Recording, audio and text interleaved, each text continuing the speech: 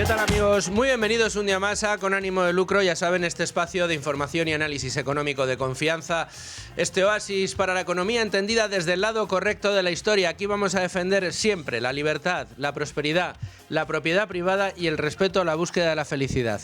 Y hoy lo vamos a hacer analizando uno de los grandes problemas que tenemos en España: el deseo casi irrefrenable del gobierno de acabar con la energía nuclear en nuestro país y hacerlo a cualquier precio, que es el de convertir un sistema importante y robusto como es el sistema de generación eléctrica española en algo débil y en algo que puede llegar a fallar. Vamos a verlo todo, esto y todas las noticias del día. La energía nuclear es limpia. La energía nuclear ha sido reconocida por la Unión Europea como, en su famosa taxonomía, como una fuente de energía estable, libre de emisiones, limpia en definitiva y constante. Es una de las bases de generación más importantes que tenemos. Una de las ventajas que tienen las plantas nucleares españolas, aparte de ser unas de las plantas que están internacionalmente reconocidas como de las mejores del mundo, como es el caso de Almaraz, no por casualidad la primera que se quiere cerrar, si se sigue el plan del gobierno que tiene establecido y que marcó la señora Teresa Rivera, si finalmente se cierran, vamos a prescindir de una base de generación energética que nos dota del 20% de toda la energía que consumimos en España. El 20%. Además es constante, aporta estabilidad al sistema y, entre otras cosas, funciona de día y de noche, haga viento o no haga viento. Estén llenos los pantanos o no estén llenos los pantanos. Es una energía constante y además lo más caro de la energía nuclear, que es la puesta en marcha de las plantas, ya se ha amortizado porque ya se construyeron en su día y esos periodos de amortización se terminaron. ¿Cuál es el verdadero problema que tenemos encima de la mesa? Pues tenemos un gobierno que las quiere cerrar, tenemos unas propietarias, empresas propietarias de esas plantas, que son Iberdrola, Endesa y Naturgy. Dependiendo de la planta de la que hablemos, una es mayoritaria respecto a las otras. En el caso de Almaraz es Iberdrola la mayoritaria, que lo que les están diciendo estas empresas propietarias de las plantas nucleares al gobierno es: señores del gobierno, ustedes han disparado los impuestos a la generación de energía nuclear de una manera tal que producir un megavatio nuclear resulta que nos da menos dinero de lo que nos cuesta en impuestos producir ese megavatio nuclear. Imagínese usted, si nos escucha y resulta que es autónomo, que se dedica usted a vender piruletas y el gobierno le cobra por vender cada piruleta a 50 céntimos, le cobra 2 euros.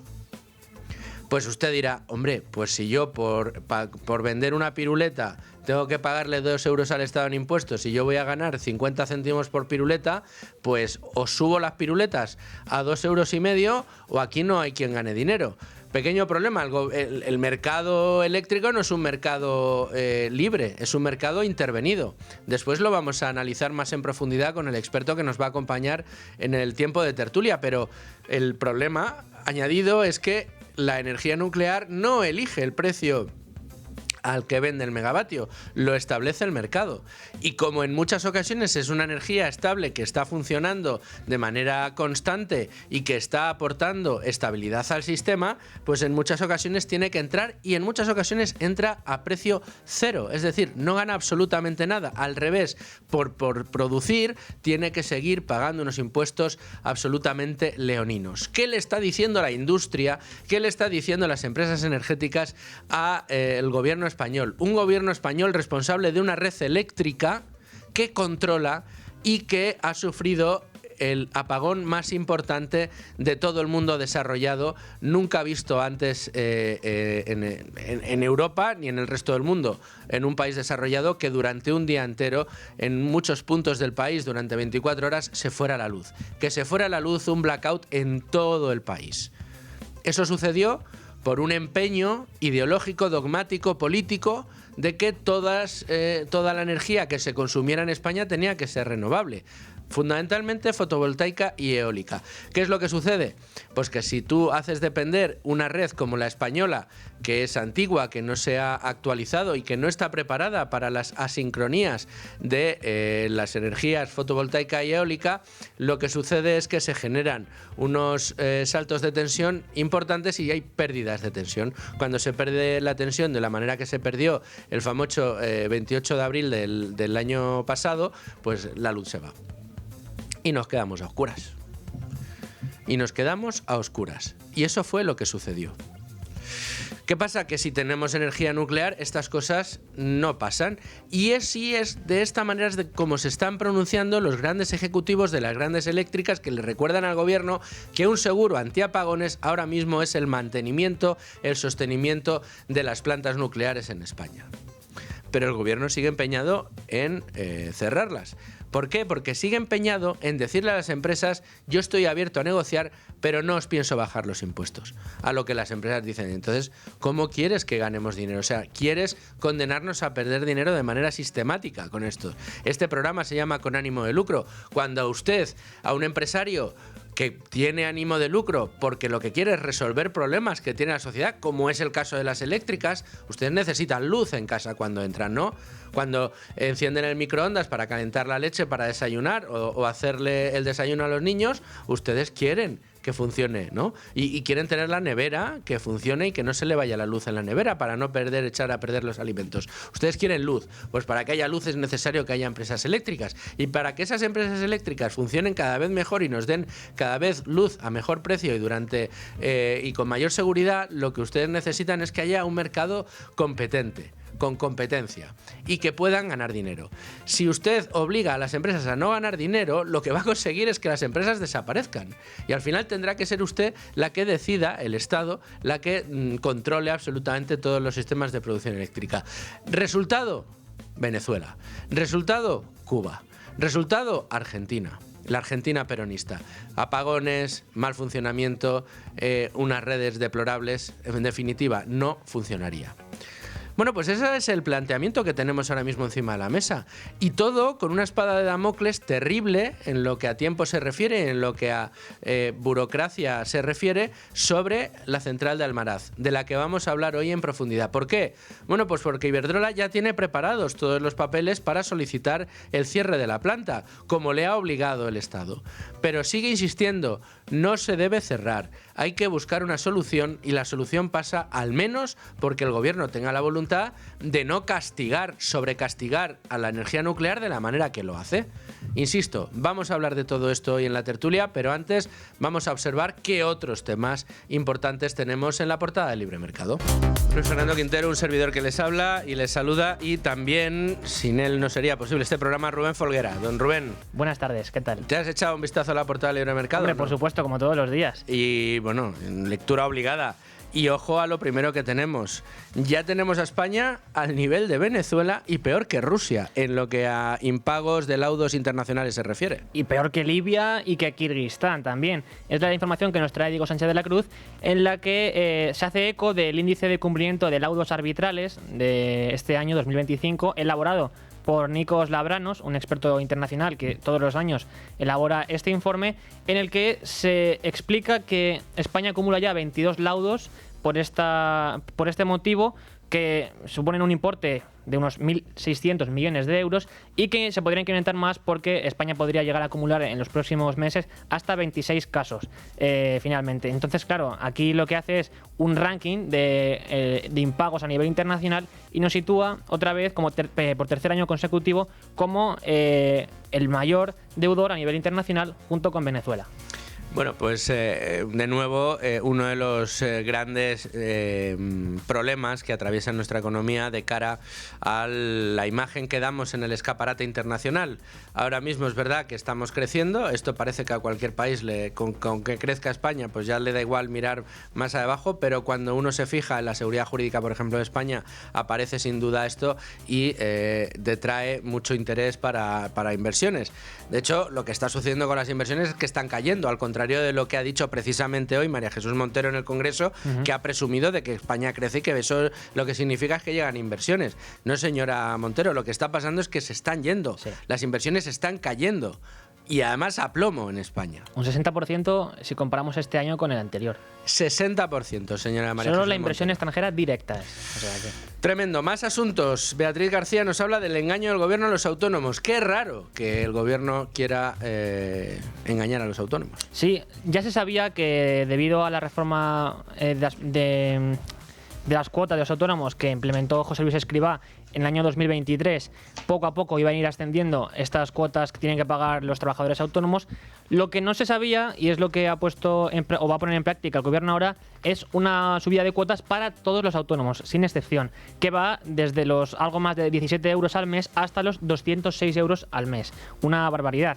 Y sobre todo es una reforma, una subida de las cuotas que perjudicará evidentemente a quienes menos ganan, porque al final esto supone una traba para su actividad. Es un auténtico problema el que tienen los autónomos con este asunto, pero hay soluciones y que me parece que es un momento ideal para recordarle a todos los autónomos que nos están escuchando que nosotros desde aquí al menos les vamos a proponer una solución para mejorar su negocio, para aprovecharse de lo poco que después de todo lo que nos quitan pues nos devuelven a través del kit digital. Y me dirán ustedes, pero si es que es un rollo entrar en red.es, pedir lo que te pidan, la firma digital, luego que resulta la documentación no les gusta, las tienes que pasar 3 veces, etcétera. Bueno, pues que sepan todos los autónomos que nos escuchan y que se van a ver perjudicados por esta noticia que os damos en la portada de Libre Mercado, que van a tener una buena noticia. Si entran en ordenadorlibertad.es o llaman al teléfono 699-090-675, van a poder ustedes aplicar para obtener un ordenador gratuito sin tener que adelantar un solo euro, ni siquiera el IVA, una página web profesional y además no se van a tener que pelear con la administración, porque los expertos de Z Plus lo hacen. Les recuerdo, 699-090-675, 699-090-675 y en ordenadorlibertad.es. No pierdan de vista este asunto porque es una manera de poder mejorar su productividad y además hacerlo aprovechando, insisto, ese poco dinero que después de pagarlo en impuestos pues nos lo devuelven en esta ocasión en forma de kit digital. Efectivamente, y luego por otra parte en Libre Mercado también podemos leer la pieza de Carlos Cuesta acerca de la última ocurrencia de Sumar, de Yolanda Díaz. Y es que lo que dicen es que hay que regular la inteligencia artificial y elaborar un diseño, una planificación desde el Estado para pues planificar de una forma general esta industria. ¿Por qué? Porque dicen que el uso de esta tecnología supone un impacto directo contra el medio ambiente. ¿Por qué? Porque, según, no sé estos cálculos de dónde salen, pero afirman que generar 100 palabras en ChatGPT le cuesta al planeta el equivalente a una botella de agua y al consumo de 14 bombillas LED durante 1 hora. Y dicen que si el 10%, según estos cálculos, de la población activa en Estados Unidos usara este servicio de una forma semanal, el consumo sería igual al abastecimiento de agua de una ciudad de 1 millón de habitantes durante un día y medio. ¿Cuántos parados ha costado la señora Yolanda Díaz a España? ¿Cuántos minutos de trabajo que se han perdido en España gracias a la señora Yolanda Díaz? ¿Cuántas estadísticas han tenido que ser puestas con asteriscos porque no se entienden en el resto de Europa gracias a la señora Yolanda Díaz, que ni siquiera sabía explicar lo que era un ERTE, que no ha sabido dar las cifras reales de fijos discontinuos en inactividad? Pero tenemos a la señora Yolanda Díaz contando preguntas y respuestas en ChatGPT. La que decía que los ricos se iban a ir en un cohete espacial para huir de la Tierra por el cambio climático. Lo que oyen. Esa es una vicepresidenta de nuestro gobierno. Sí, señores. La que decía que no había que comer fresas si las fresas no era temporada de fresas. Esa señora es vicepresidenta del gobierno de España. La misma. La que ahora se preocupa por el número de preguntas que hacemos o no hacemos a ChatGPT. La que ha convertido el mercado laboral español en uno de los más precarios, por no decir el más precario, de la Unión Europea. Que sí, que cada vez viene más gente a trabajar, pero las horas de trabajo siguen siendo las mismas, señora ministra. Ha sido usted la creadora de los contratos cerilla, los que se encienden por la mañana y se terminan a mediodía. La que hace que para poder conseguir una afiliación más a la Seguridad Social hagan falta 2 contratos semanales. Firmar 2 contratos semanales. La que presume de que la mayoría de españoles cobra o el salario mínimo interprofesional o un salario muy similar al salario mínimo interprofesional. ¡Viva la pobreza! que debería ser el lema de la señora Yolanda Díaz. Ah, no, me equivoco, que la señora Yolanda Díaz tiene otro lema diferente. El lema de la señora Yolanda Díaz es abolir el trabajo, como el libro que se estaba leyendo y dijo que había que aprender mucho de él. Esta, señores, es vicepresidenta del Gobierno de España, la que decide nuestras políticas laborales. Así nos va. Y ahora preocupada por si encendemos o no encendemos luces LED o por si preguntamos o no preguntamos a ChatGPT. Así nos va, insisto. Pero no es lo último ni lo único de lo que tenemos que leer hoy en Libre Mercado. No, también podemos leer la pieza de Miguel Puga en la que explica, porque ha contactado de hecho con él, el caso de un joven, Fernando se llama, que trabaja en Suiza en el sector farmacéutico, que se ha hecho viral en redes sociales porque detalló cuál es su salario neto y bruto en el país trabajando en este sector.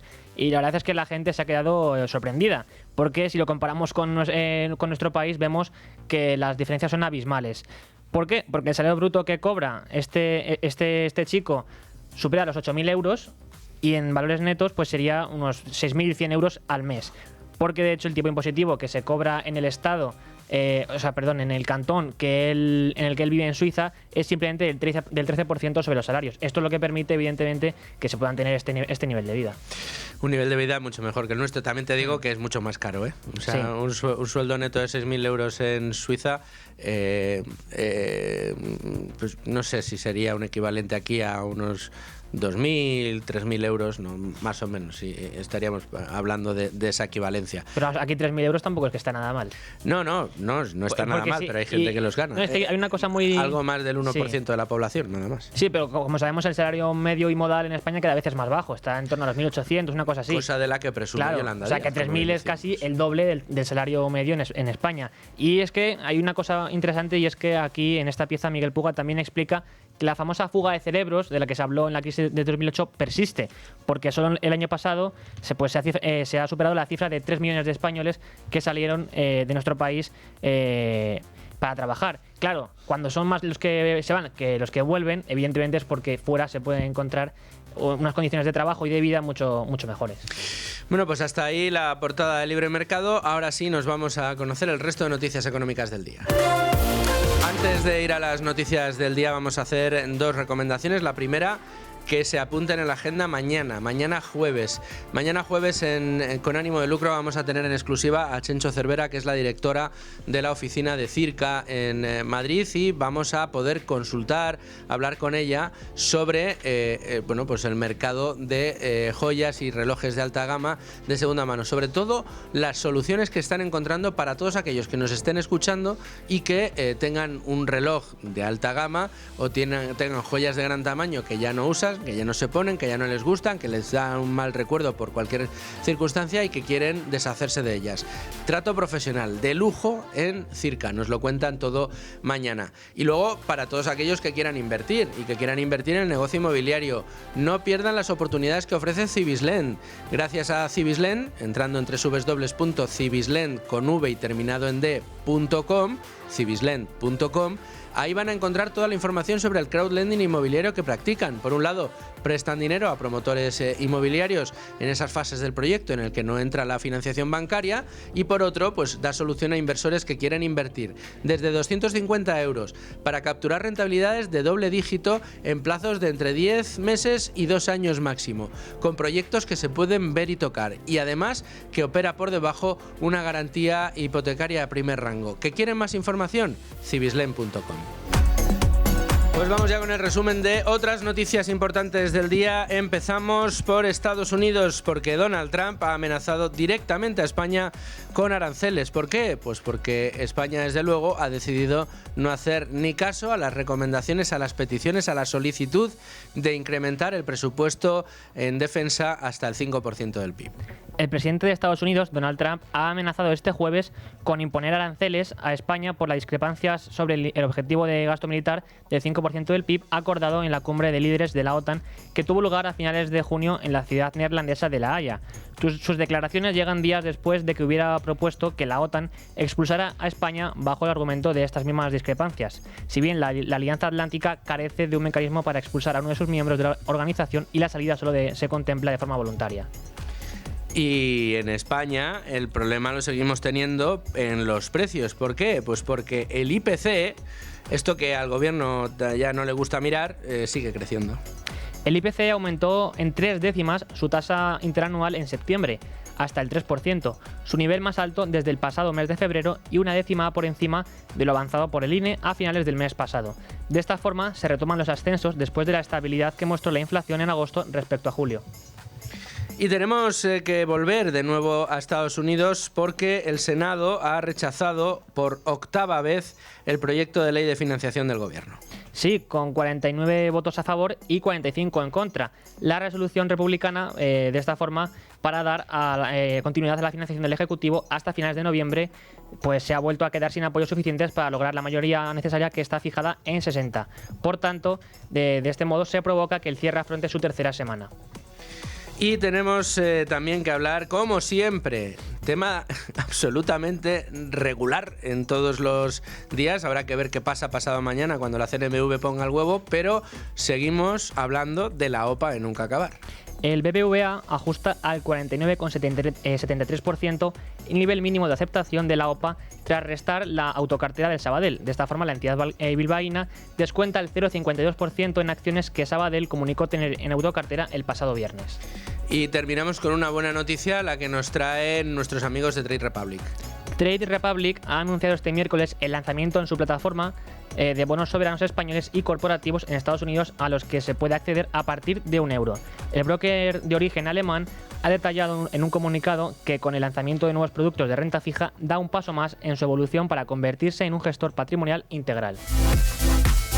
12:32 de la tarde, 11:32 en Canarias. Seguimos en riguroso directo en Con Ánimo de Lucro y lo hacemos también a través del directo en YouTube, con la tertulia hasta ahora, siempre con Rubén Folguera, con todos los datos. ¿Qué tal, Rubén? Muy bien, aquí contraprogramando la huelga general de los sindicatos. Trabajando... La huelga general que ya le contraprogramó Trump. Sí, llegando sí. al acuerdo de paz, pero aún así están con la huelga. Pero en cualquier caso, aquí seguimos trabajando y lo hacemos denunciando la situación real de los distintos aspectos económicos que tenemos. Hoy toca el energético y en esta casa, si hablamos de energía y más de energía nuclear, que es de lo que vamos a hablar hoy, no podemos contar con otra persona que no sea Manuel Fernández Ordóñez. ¿Cómo estás? Buenos días, muchas gracias. Perfectamente estoy. ¿Has comido? De Good Mafo, no.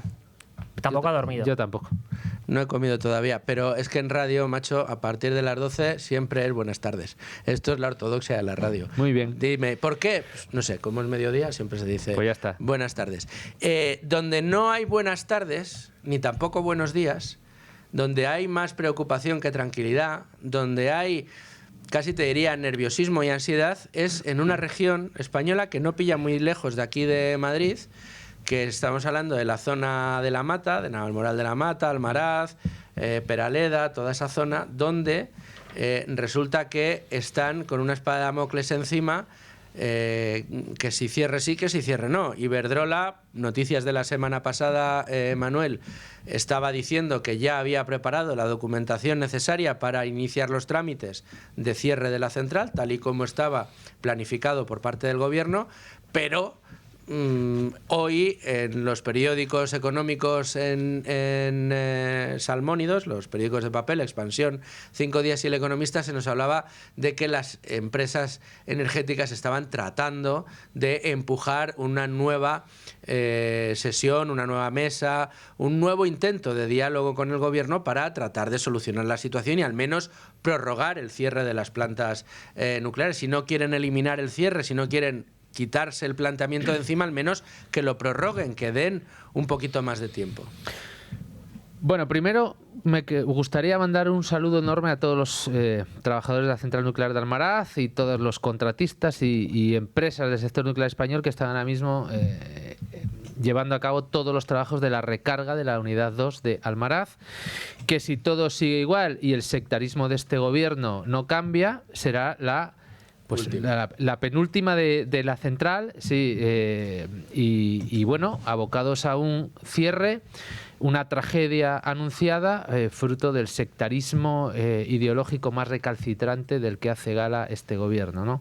Si después del apagón que tuvimos el 28 de abril, si después de todas las comparecencias que estamos teniendo en la Comisión de Investigación del Senado, porque del Congreso la tiene vetada el PSOE, si después de todos los expertos que están compareciendo allí, que todos coinciden en lo mismo, que la causa fundamental del apagón es una debilitación del sistema eléctrico español, sobre todo en el sur de España, provocado por unas enormes sobretensiones por la falta de potencia síncrona, y en ese escenario queremos cerrar 2 gigavatios de potencia síncrona que aseguran el suministro y son capaces de absorber energía reactiva y, por tanto, controlar las sobretensiones del sistema como ninguna otra tecnología existente en el sistema eléctrico español, yo creo que es de tomar medicación. Y perdóname que lo diga con esta contundencia. Yo creo que los políticos de la Moncloa viven absolutamente al margen de la realidad. Creo que la carga ideológica de la política energética de este país nos está metiendo en un lío que vamos por el camino de Alemania, pero mucho peor, porque Alemania puede permitirse el lujo de hacer el tonto con su política energética, porque vive rodeado de muchos países con buenísimas interconexiones que le pueden salvar en momentos críticos puntuales, cosa que en España no tenemos. En España tenemos que sacarnos nosotros solitos las castañas del fuego, y creo que estas políticas de cierre del 20% de la potencia firme en España, y además potencia que no emite gases de efecto invernadero y que asegura el suministro, insisto, como ninguna otra de las tecnologías que tenemos en el mix, pues creo que no tiene ningún encaje racional ni ninguna explicación posible más allá del sectarismo ideológico del que hace gala este gobierno. Pero sabes mejor que yo, Manuel, que desde el gobierno uno de los mantras que repiten constantemente es a mí que me registren.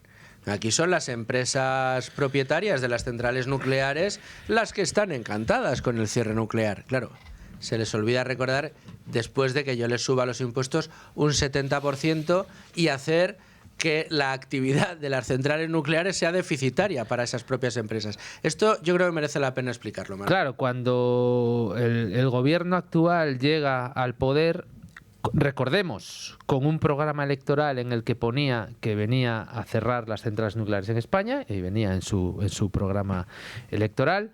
Cuando llega al gobierno, yo entiendo que las empresas propietarias de las centrales dicen, bueno, no es que nos vienen a cerrar, es que cualquier cosa que firmemos, que sea que no nos cierren mañana, pues nos viene bien. Entonces firman el protocolo de cierre ordenado que se firmó en el año 2019, que, como diría cualquier notario, dice, ¿acude usted aquí libremente? Pues no, acudo aquí bajo coacción porque no me queda otra, ¿no?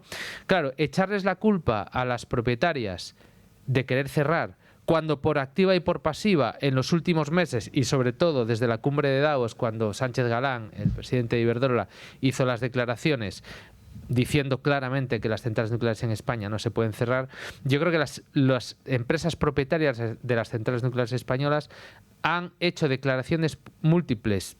Ya hemos perdido la cuenta del número de veces que le han dicho al gobierno que no quieren cerrar las centrales nucleares, pero el gobierno sigue diciendo que son las dueñas las que quieren cerrar las centrales. Yo creo que están en un diálogo de besugos absoluto, donde una de las dos partes está sorda, no quiere escuchar y vive permanentemente en la construcción de un relato.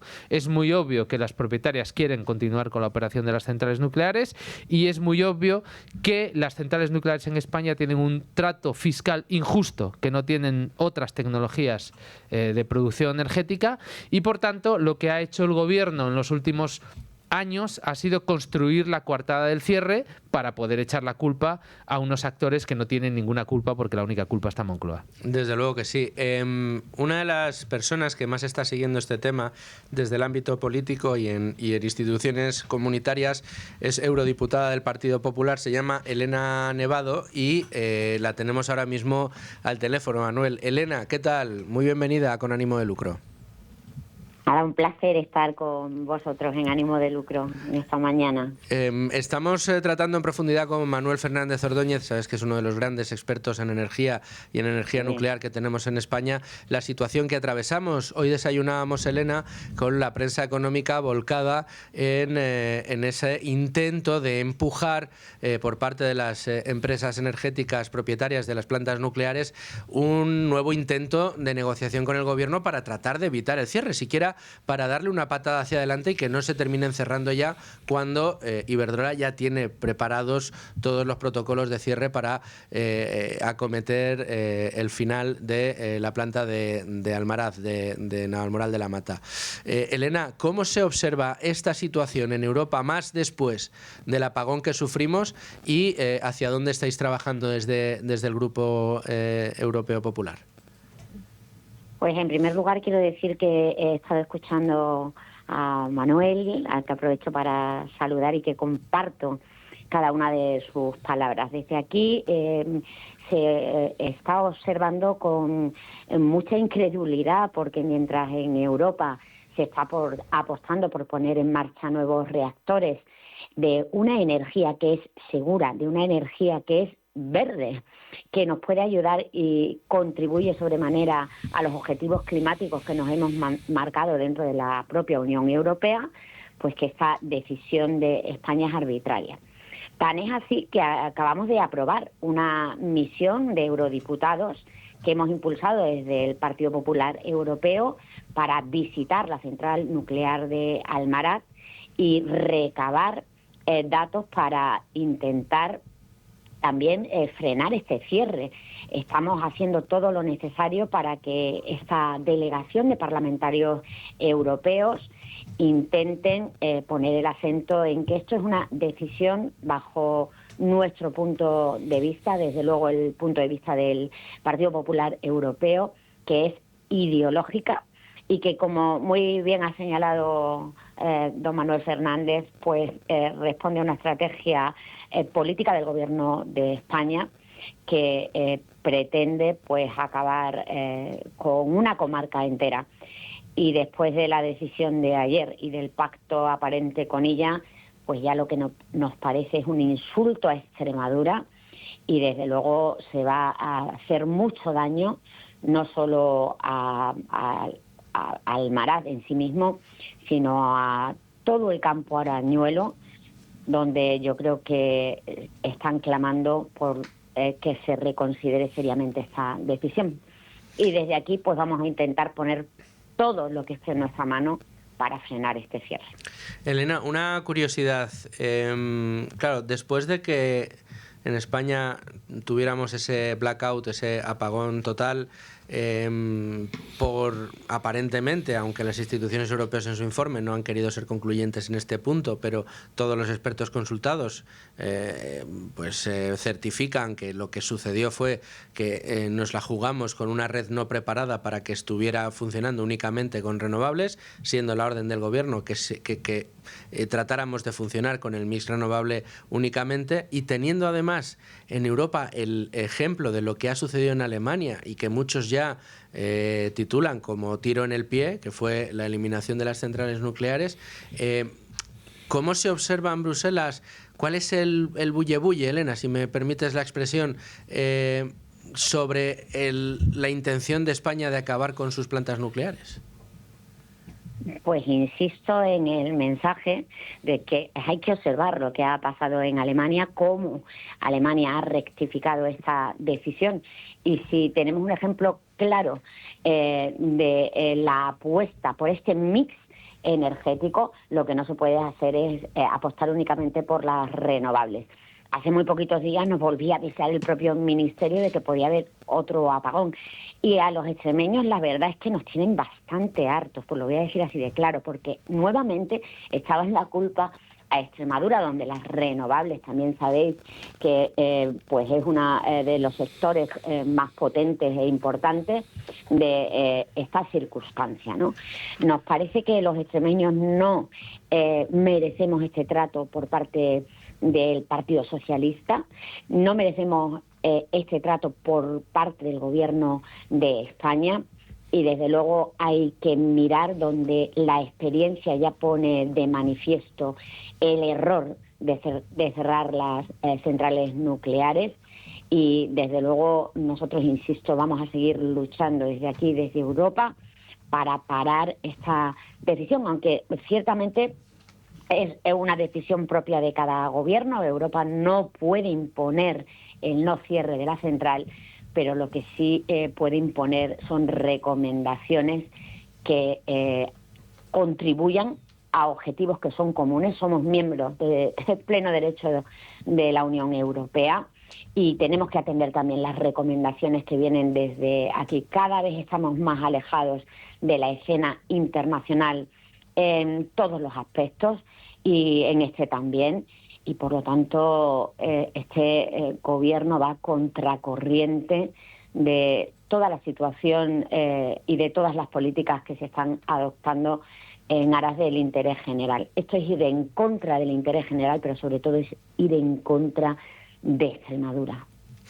Elena Nevado, eurodiputada del Partido Popular, no es la primera vez que entras en Con ánimo de lucro, espero que no sea la última. Seguimos hablando y seguiremos muy pendientes de todo lo que sucede con Almaraz y con el resto de plantas nucleares en España. Un fuerte abrazo. Otro abrazo para vosotros, grande, un placer.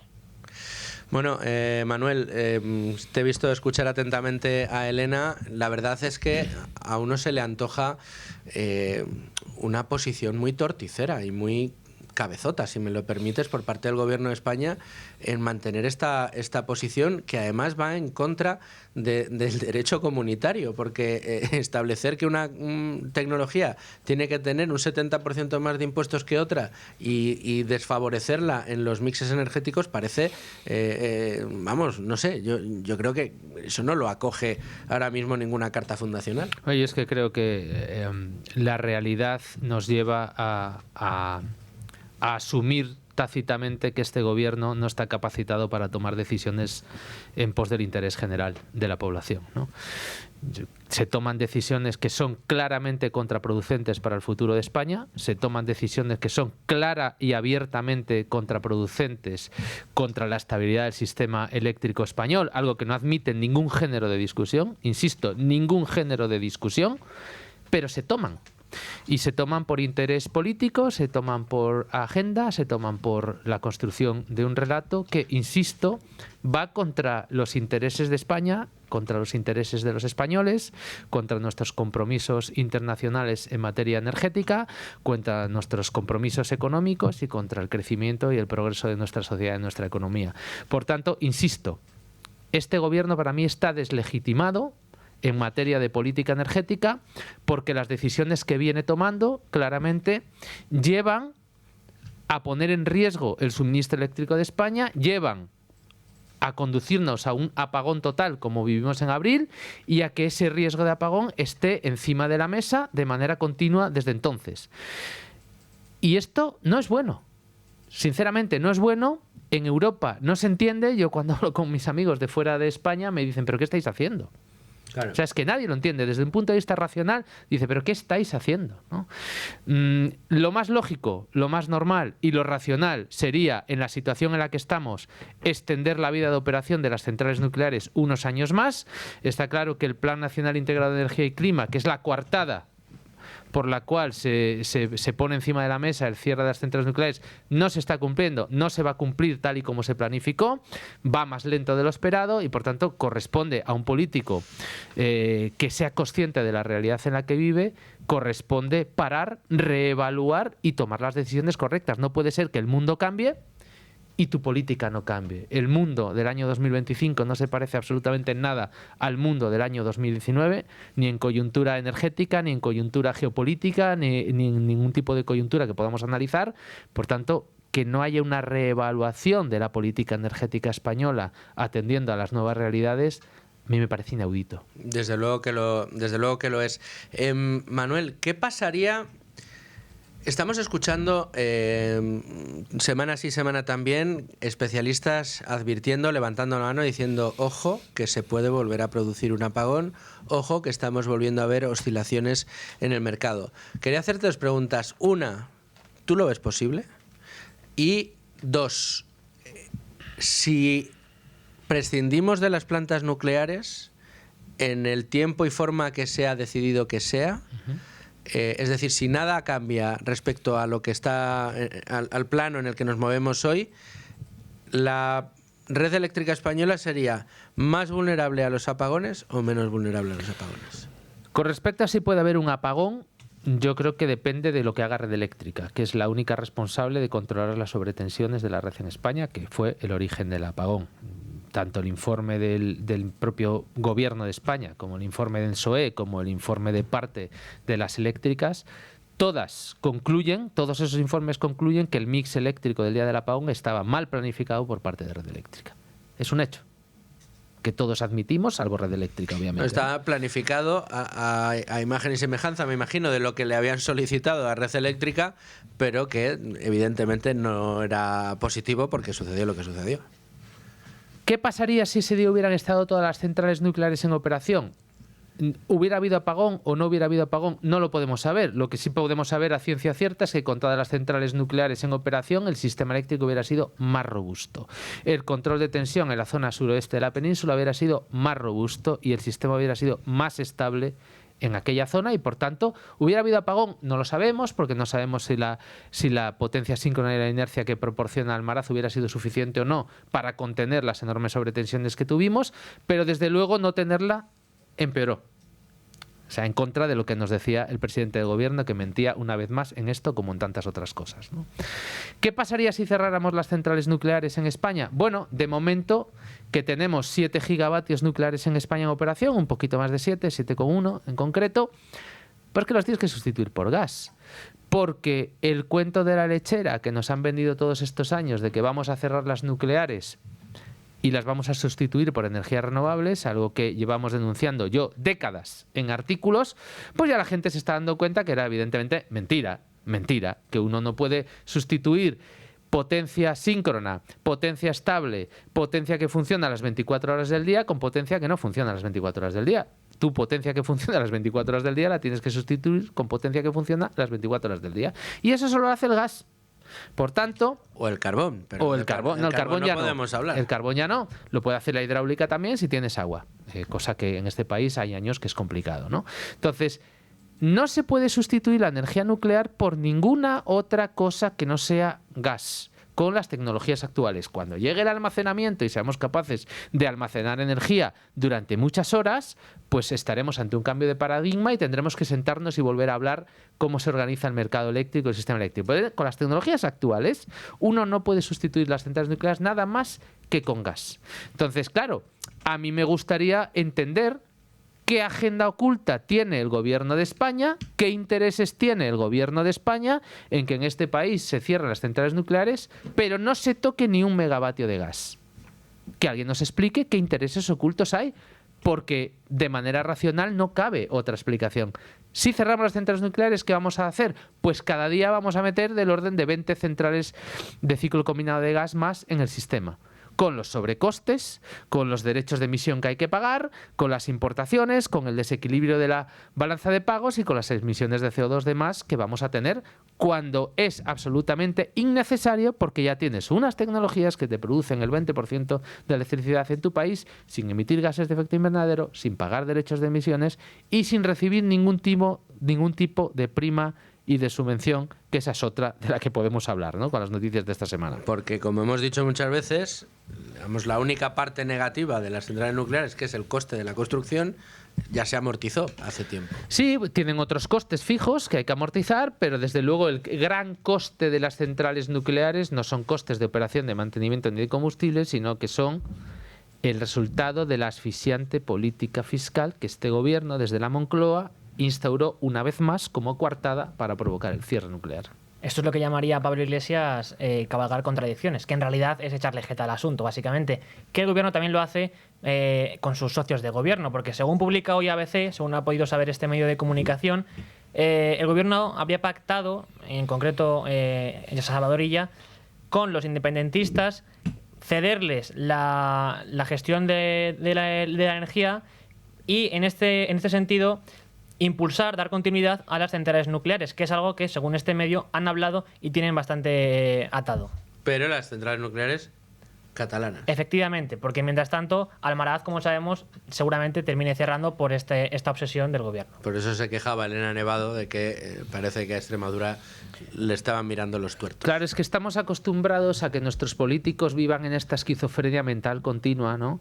De la que parece que no tienen que dar explicaciones ni rendir cuentas ninguna, ¿no? O sea, uno no puede entender cómo la ex ministra Teresa Rivera decía que las centrales nucleares son muy malas en España, pero nada más cruzar los Pirineos, pues ya son buenas, ¿no? En Europa. Le pasó lo mismo a Nadia Calviño. Es decir, una cosa que es mala para España, ¿cómo puede ser buena para Europa? O si es buena para Europa, ¿cómo es mala para España? Pero ahora ya llevamos el argumento al extremo de lo absurdo, ¿no? Una cosa que es mala para Extremadura es buena para Cataluña. Pero entonces una cosa que es buena para Cataluña, ¿por qué es mala para Extremadura, ¿no? Yo creo que los ciudadanos tienen que darse cuenta ya de una vez que vivimos en una auténtica pantomima, donde los ciudadanos somos rehenes de una agenda política que nada más que busca atornillarse al sillón, ¿no?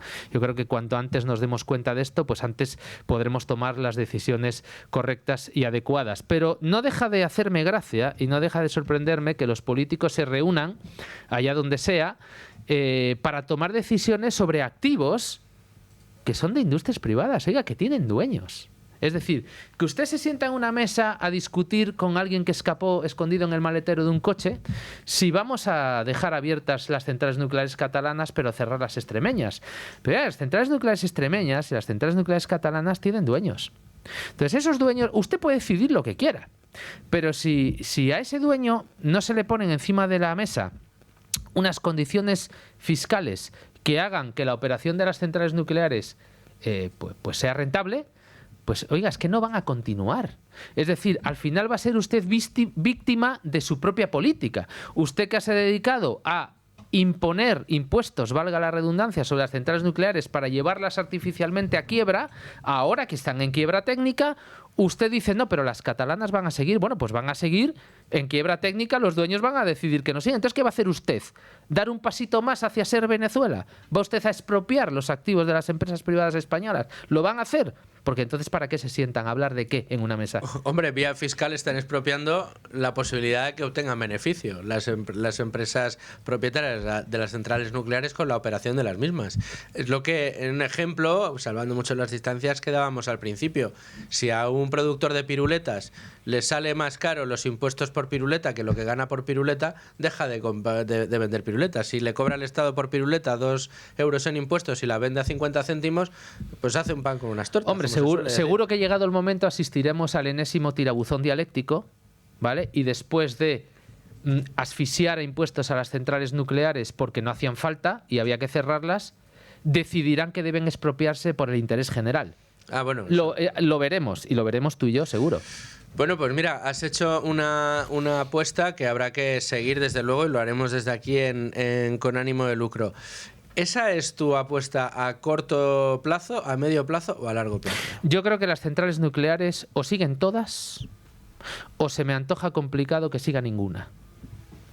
¿Por qué? Porque al final las empresas propietarias tienen intereses económicos cruzados en el resto de plantas, ¿no? Y al final puede pasar un poco lo que pasó con Garoña. Es decir, recordemos que Zapatero cogió la bandera de cerrar Garoña. Cuando hubo un cambio de gobierno se quiso mantener Garoña, pero la presión fiscal sobre Garoña la hacía inviable económicamente. Cada hora que Garoña estaba produciendo electricidad era una hora que Garoña perdía dinero. Eso es inviable para cualquier empresa privada. La gente lo tiene que entender. La cuestión es que no es inviable económicamente por condiciones de mercado. Es inviable económicamente por decisiones políticas. Y esas decisiones políticas se pueden revertir si hay voluntad política de revertirlas. Si no hay voluntad política de revertirlas, pues no se revierten y por tanto las centrales cerrarán. Y eso es lo que está reclamando el sector nuclear. Está reclamando un marco fiscal justo, que no haya discriminación tecnológica entre unas tecnologías y otras, porque es manifiestamente injusto y contraproducente para los intereses de los españoles.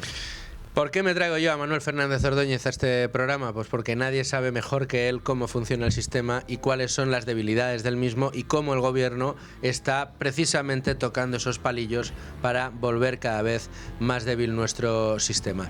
Manuel Fernández Ordóñez, experto en energía, en nucleares, amigo de este programa, amigo de Radio, muchísimas gracias. Gracias a vosotros. Nosotros nos vamos a los informativos de Es Radio, escuchamos las noticias y volvemos. No se olviden, tenemos todavía bolsa y una entrevista muy interesante que es el consultorio de Santa Lucía de todos los miércoles. 1:06 de la tarde, 12:06 en Canarias. Seguimos en Con Ánimo de Lucro, riguroso directo en la sintonía de Radio Libre Mercado, en directo para YouTube y si nos están escuchando en diferido, pues en todas las plataformas de podcast. Y todos los días hasta ahora, ¿qué hacemos? Bueno, pues echamos un vistazo a los mercados. Y tenemos nuestro selectivo IBEX 35 tratando de recuperar pulso, tratando de recuperar máximos y está ahí cotizando cerca de los 15.700 puntos, pero no llega. 15.686 nos muestran las pantallas de las aplicaciones a tiempo real, un 0,64% arriba. ¿Cuáles son las compañías que más suben? Defensa, Indra, sube un 5,77%. Puig Brands, un 3,41% y Solaria Energía, un 1,91%.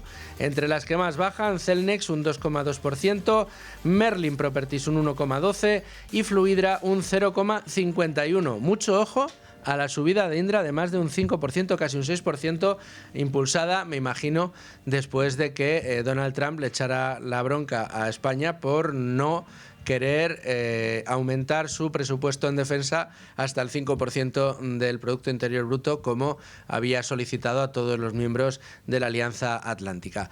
Pero vamos a tratar de analizar, de buscar el punto de vista de la situación de mercados de hoy, bueno, pues con una de las grandes expertas que tenemos con nosotros, que es Verónica Llera. ¿Qué tal, Verónica? ¿Cómo estás?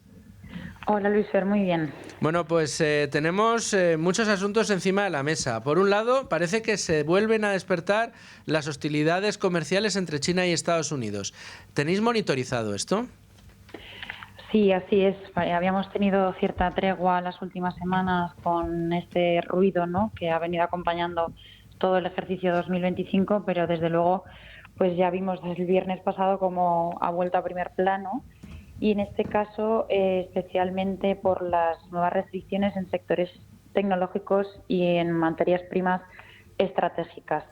¿Qué está pasando? Bueno, a ver, esto tiene un impacto significativo, ¿no?, porque ya no estamos hablando de tensiones que se limitan a aranceles clásicos, digamos, sobre bienes industriales, que es lo que habíamos visto hasta ahora, sino que está trasladando al terreno tecnológico y geoestratégico. Entonces, ¿como qué? Pues eso, chips en materia de inteligencia artificial, especialmente cuando hablamos de materias primas en tierras raras, perdón.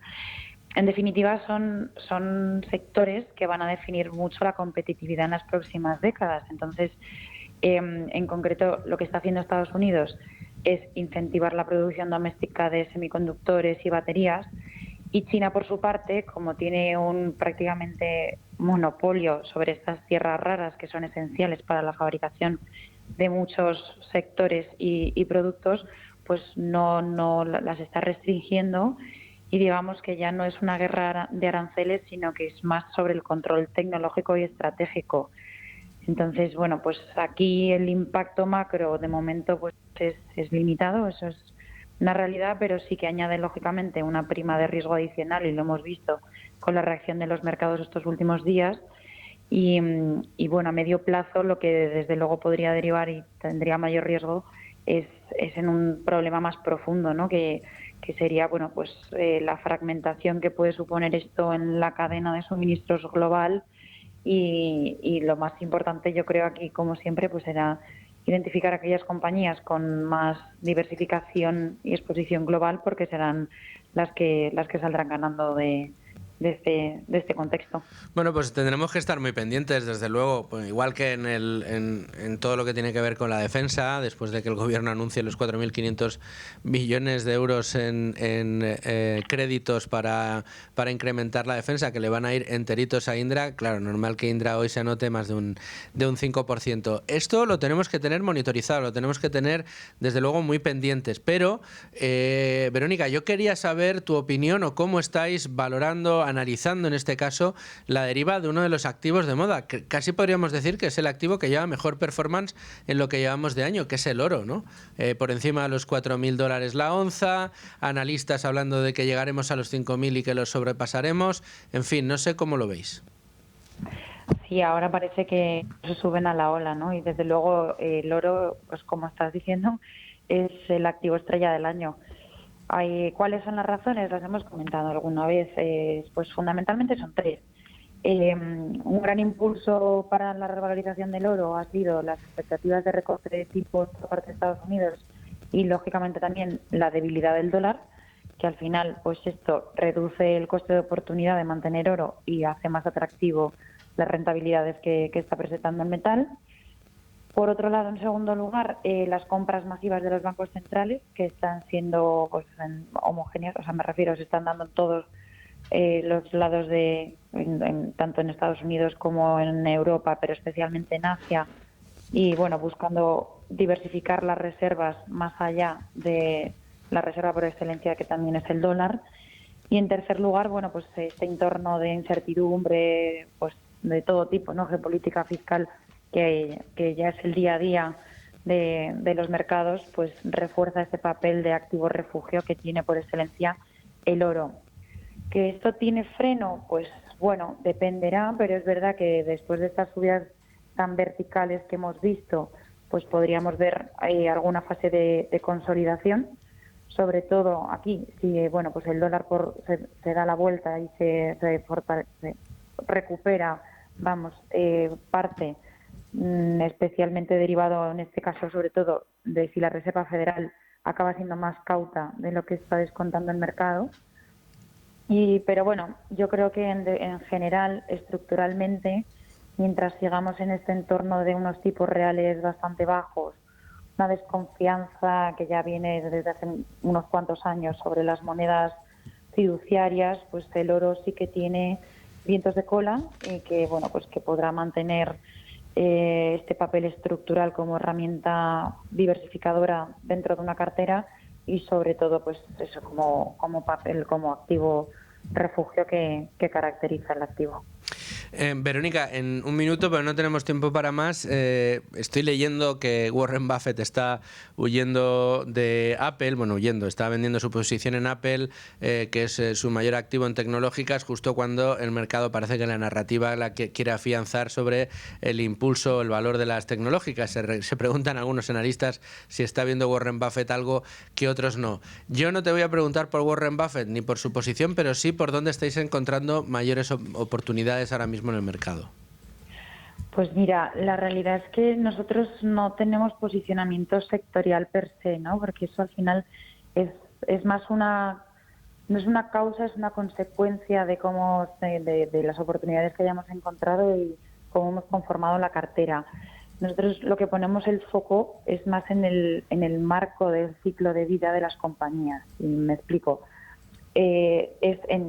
Entender la realidad del negocio y de las compañías, porque ofrece pues una visión más homogénea, más que tratar de identificar si va a ser la tecnología, va a ser la defensa, es identificar compañías con un crecimiento sostenible, con balances sólidos y capacidad de fijación de precios, ¿no? Con ventajas competitivas. Y yo sé que esto suena muy teórico, pero al final, llevado a la práctica con un análisis fundamental exhaustivo, es la mejor forma de protegerte ante todas las amenazas que hay encima de la mesa a día de hoy, que no son pocas, y conseguir tener una exposición global diversificada, que yo creo que eso es lo más importante para poder tener las mejores rentabilidades. Garantía de éxito a largo plazo. Al final siempre es garantía de éxito a largo plazo.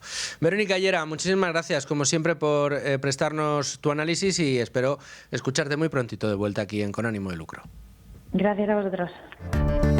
Recta final del programa de hoy. Qué mejor que hacerlo como todos los miércoles, con este consultorio de la mano de Santa Lucía Asset Management, de la mano de Santa Lucía AM y de uno de sus mayores expertos, Aitor Sánchez. ¿Qué tal? ¿Cómo estás?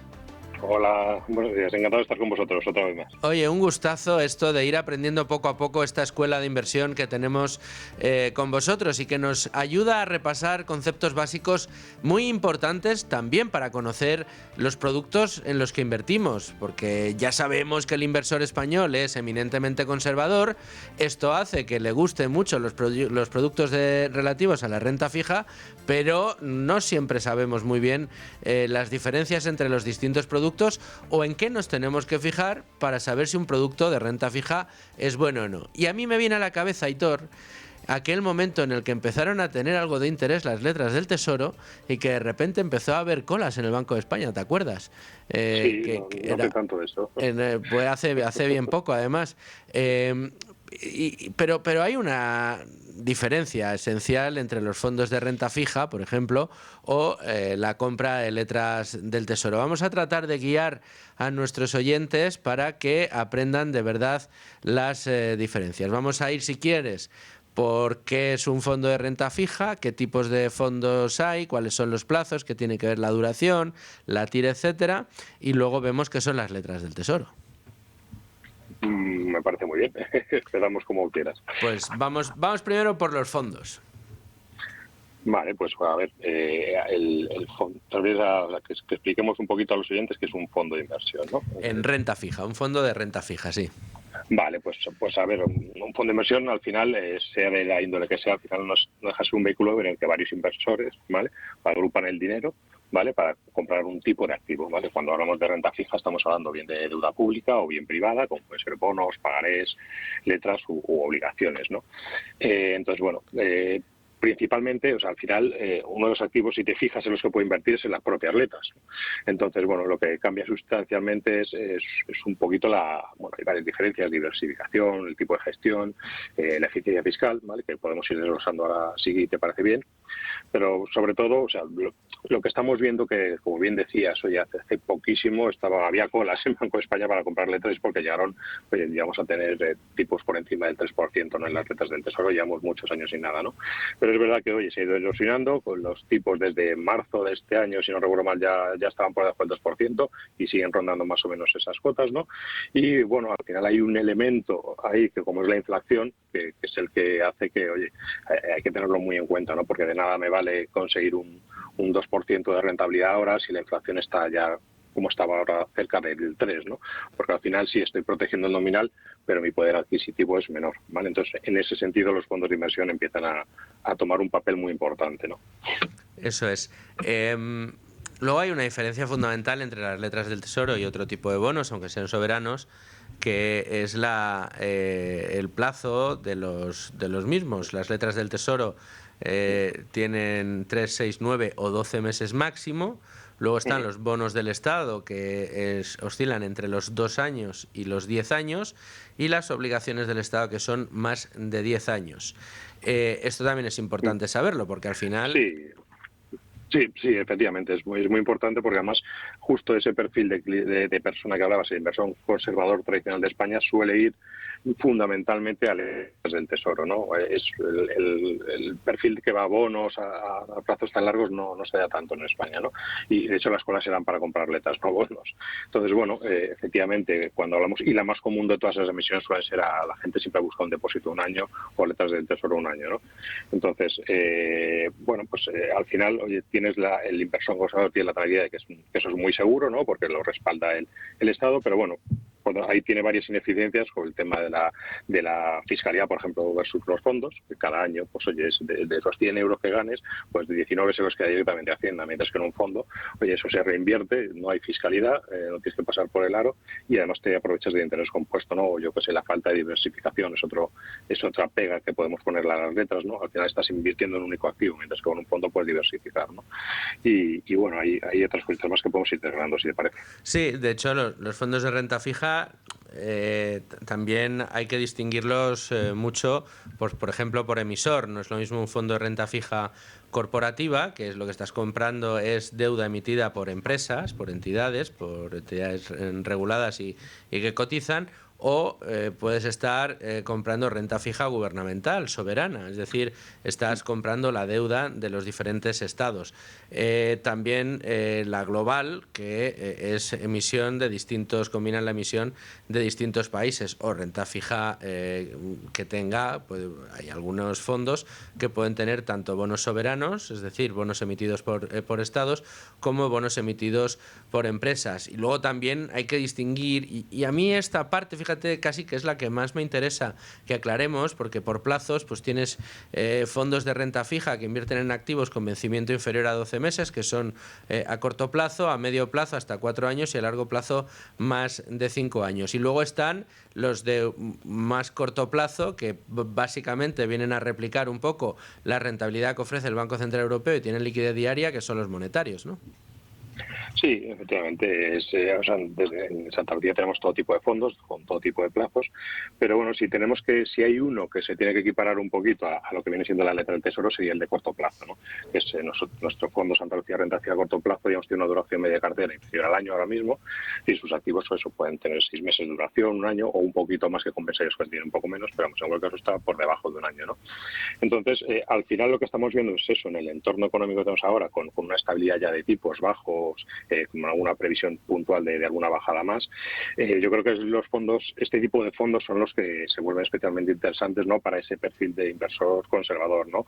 Por lo que hemos dicho, oye, las ventajas claves que tiene frente a las letras es primero una gestión activa, es decir, vaya pasando lo que pase en los mercados, tienes un equipo profesional que puede ajustar la duración, cambiar la composición de la cartera, si suben o bajan los tipos, además diversificas, es decir, pues oye, a lo mejor la letra del Tesoro español no es la mejor hoy, igual pues la italiana, como hemos hecho en otros momentos, pues nos ofrece la misma seguridad y algo más de rentabilidad, ¿no?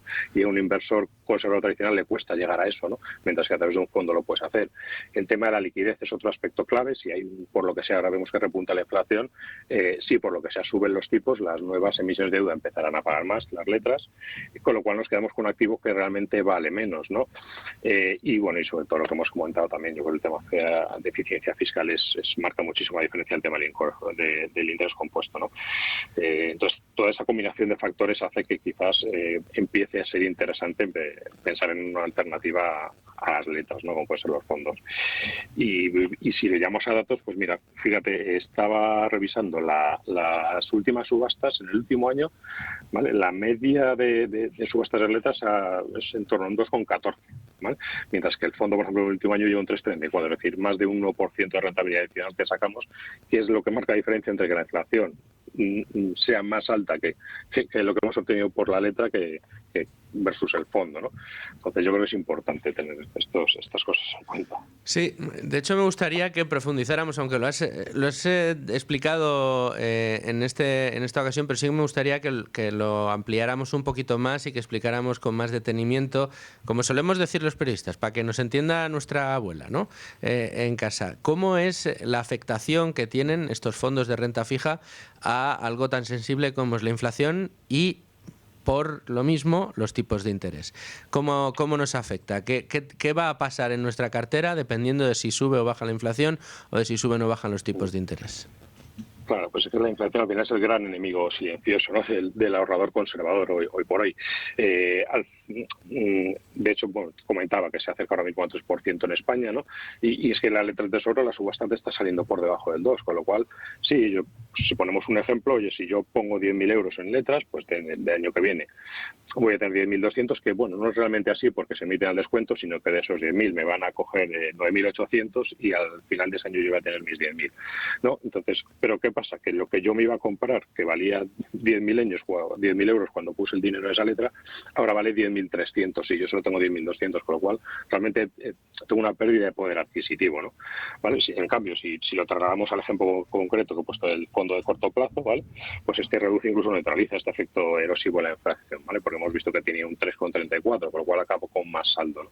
Entonces, bueno, yo creo que es relevante. Tenemos la ventaja de nuestra rentabilidad no está congelada, además, como la de la letra, y podemos ir adaptando un poquito la cartera en base a lo que vaya sucediendo en los mercados, ¿vale? Los tipos pueden cambiar, entonces, y sobre todo nos permite mantener un poco el pulso frente a la inflación. El fondo, mientras que la letra estamos ahí atascados, y lo que pase durante ese periodo de 12 meses, pues nos va a condicionar mucho, ¿no? Aitor, una de las preguntas más frecuentes que nos hacen y que nos han llegado es: vale, sí, os he entendido, entiendo cuáles son las ventajas del fondo frente a las letras del Tesoro, pero siguen estando atractivas para determinados perfiles.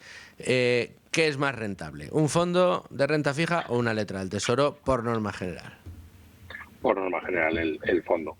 Puedes entrar en cualquier, no digo ya solo en nuestra casa, en cualquier casa, los fondos de renta fija. La diferencia principal lo que hacen es que en momentos que son propicios, pues buscan, o sea, primero nosotros no podemos llegar a todos los sitios, no, la letra española no siempre va a ser la mejor deuda pública que comprar, ¿no? Entonces, con un fondo puedes llegar a una letra que sea más interesante, como hicimos con las italianas, puedes incluir deuda corporativa que siempre te va a pagar más porque se presupone que tiene más riesgo, aunque muchas veces no sea ni siquiera así, ¿no? Cuando hablamos de una empresa privada, pues como pueda ser Google o puede ser Amazon o tal, que emite deuda, sabes que no vas a tener un impago porque esa empresa no, con lo cual aprovecharte de esos bonos de deuda corporativa que pagan un poquito más es la única forma que vamos a tener, digamos, de batir la inflación con los tipos que tenemos ahora, ¿no? Y luego un detalle en el que tampoco hemos reparado en estos consultorios que llevamos de Santa Lucía es el tema de los tickets, como solemos decir, ¿no? Los tickets de entrada o el mínimo de entrada que tienes para poder invertir. ¿Es el mismo en una letra del Tesoro que en un fondo de inversión? Tienes toda la razón, no para nada, mientras que en un fondo puedes invertir desde €1 o desde un céntimo, en cualquier caso no tienes una gran cantidad ahorrada, en las letras al final sí que tienes un nominal mínimo inicial como pueden ser 1.000 euros, ¿no?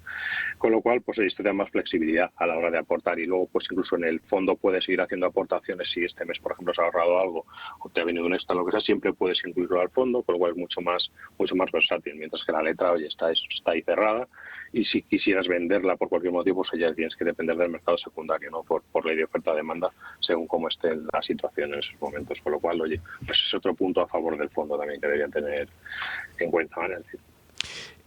Por último, Aitor, que nos estamos quedando ya sin tiempo, ¿cómo podemos ampliar esta información gracias a los profesionales de Santa Lucía? Pues mira, en nuestra página web www.santaluciam.es, ahí tienes toda la información de este fondo que hemos comentado y todos. Tienes la escuela de inversión, donde vamos sistemáticamente añadiendo más contenidos en base a las cosas que nos van preguntando, ¿no? E incluso de un formato un poquito más dinámico, para otro tipo de perfil de gente, tenemos también un canal de YouTube, donde vamos poniendo también estos contenidos para, oye, pues de manera didáctica y formando un poquito a la gente.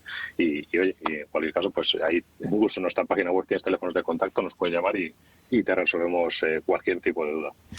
Pues Aitor Sánchez, te agradezco muchísimo este ratito que nos has dedicado y que nos hayas aclarado conceptos tan importantes para poder manejar nuestras finanzas con soltura y garantías. Muchísimas gracias, Aitor. Muchísimas gracias a vosotros como siempre y por la labor que hacéis tan espectacular. Y hasta aquí este consultorio de Santa Lucía AM con ánimo de lucro.